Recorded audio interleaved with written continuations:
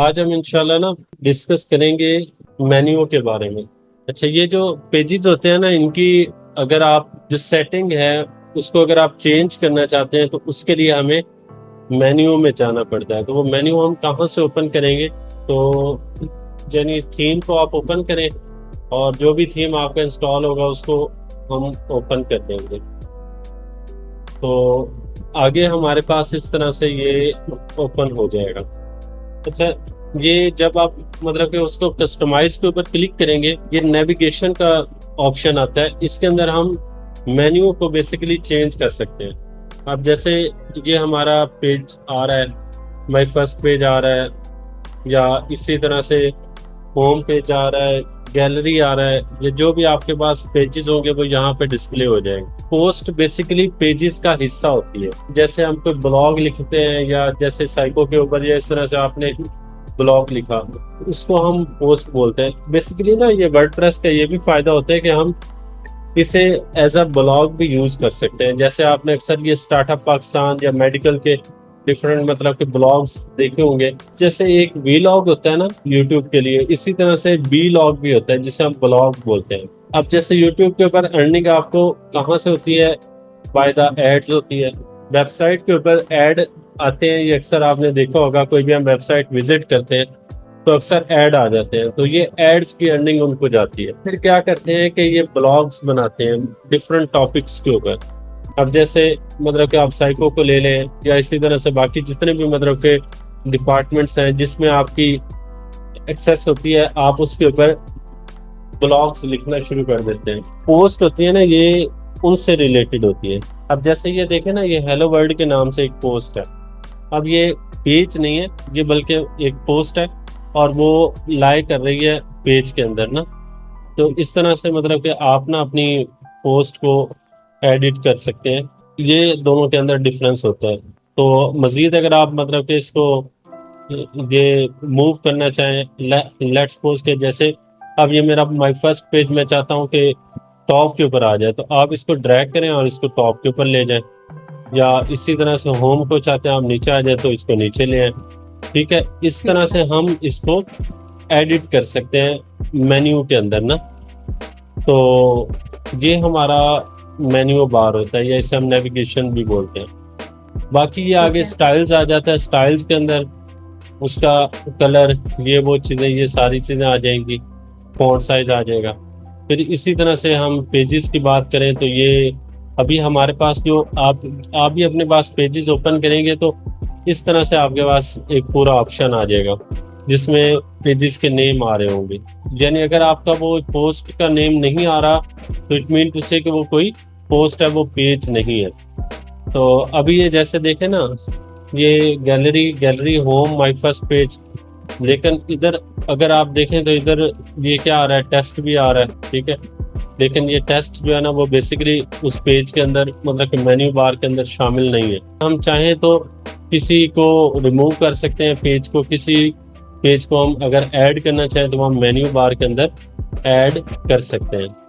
तो ये तो एक छोटा सा मेन्यू है ना। अगर हम कोई एक अच्छा थीम इंस्टॉल करते हैं, ये तो अभी वर्डप्रेस का अपना है, लेकिन अगर कोई और थीम इंस्टॉल करें, जैसे जो नॉर्मली मतलब कि किसी अच्छे डेवलपर का बना हुआ हो या जो कमर्शियल यूज होता हो, तो उसका मेन्यू बार बहुत अच्छा बना होता है। मैं एक थीम सर्च कर लेता हूँ, ये बड़ा पॉपुलर थीम है, एस्ट्रा के नाम से ये थीम है। तो मैं इसको इंस्टॉल करता हूँ तो इसमें आप देखिएगा कि मेन्यू जो है ना वो मजीद क्लियरली डिस्क्राइब हुआ होगा।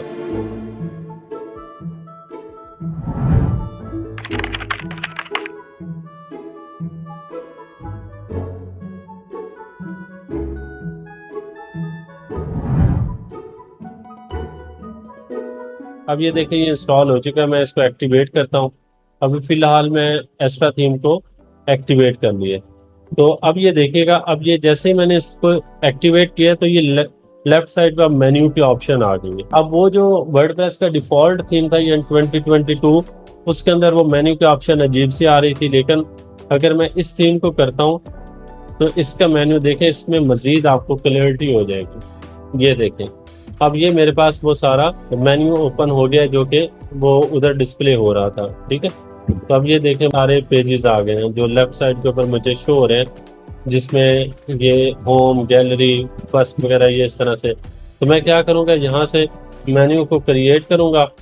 अब जैसे मैं फर्स्ट मेन्यू ले लेता हूँ फर्स्ट के नाम से, और इसको मैंने प्राइमरी मेन्यू ले लिया। प्राइमरी मेन्यू क्या होता है, जो कि टॉप के ऊपर शो होता है। प्राइमरी मेन्यू ले लिया, क्रिएट मेन्यू कर लिया। तो अब ये देखिएगा, अब ये सारे पेजेस इधर लेफ्ट साइड के ऊपर डिस्प्ले हो रहे हैं। अब जो भी पेज मैं चाहूँ उसको अपने मेन्यू के अंदर ऐड कर सकता हूँ, जिसको चाहूँ मैं उसको रिमूव कर सकता हूँ। जैसे मैं चाहता हूँ कि मेरे मेन्यू के अंदर सिर्फ होम पेज ऐड हो, तो मैं इसको यहाँ से ऐड टू होम करूँगा, ऐड टू मेन्यू करूँगा तो ये आ जाएगा। अब ये देखें, दूसरा है गैलरी का और फिर माई फर्स्ट पेज, ये दोनों भी अगर मैं ऐड करना चाहूँ तो ये कर सकता हूँ। अब ये देखें, मैं इसको सेव मेन्यू किया।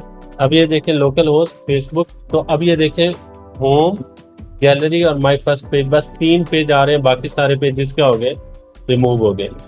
किसी पेज का ड्रॉप डाउन बनाना है, जैसे गैलरी के अंडर में माई फर्स्ट पेज है, तो मैं क्या करूँगा, इसको थोड़ा सा राइट साइड के ऊपर मूव करूँगा तो ये इसके अंडर में आ जाएगा। ये देखें, अब मैंने इसको अगेन सेव किया, सेव मेन्यू, और अब मैं इसको चेक करता हूँ तो ये देखें माई फर्स्ट पेज आ गए। तो अब इस तरह से यानी हम अपने मेन्यू को कंट्रोल कर सकते हैं।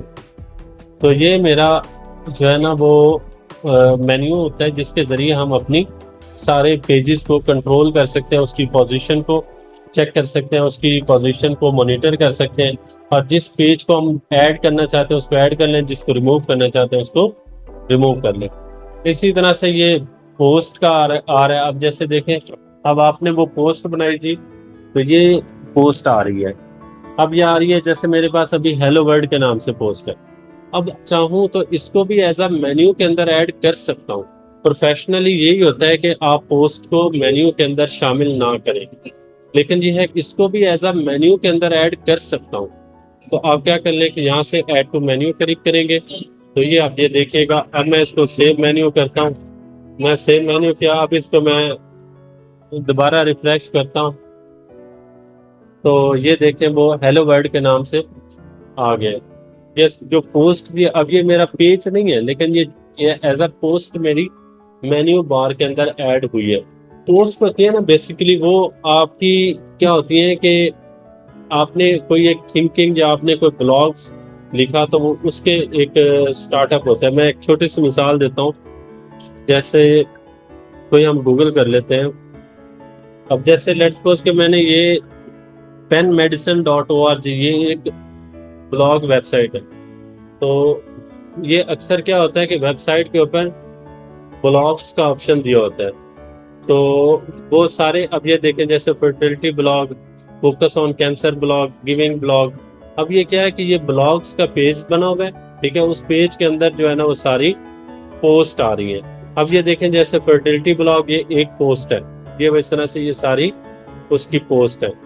तो मीन टू से कि एक जो है ना वो पेज बनता है ब्लॉग्स के नाम से, और उसके अंदर सारी की सारी पोस्ट आती है। तो पोस्ट बेसिकली क्या होती है कि हमारी जो भी अभी मतलब कि जिस फील्ड में भी है, जिस नीश के ऊपर भी हम काम कर रहे हैं, उस फील्ड से रिलेटेड हम अपनी इंफॉर्मेशन देते रहते हैं। जैसे अभी मैं लेट्स सपोज के सॉफ्टवेयर डेवलपर हूँ, तो मैं क्या करूँगा, सॉफ्टवेयर से रिलेटेड जितने भी लेटेस्ट टेक्नोलॉजीज है उनके ऊपर ब्लॉग बना सकता हूँ।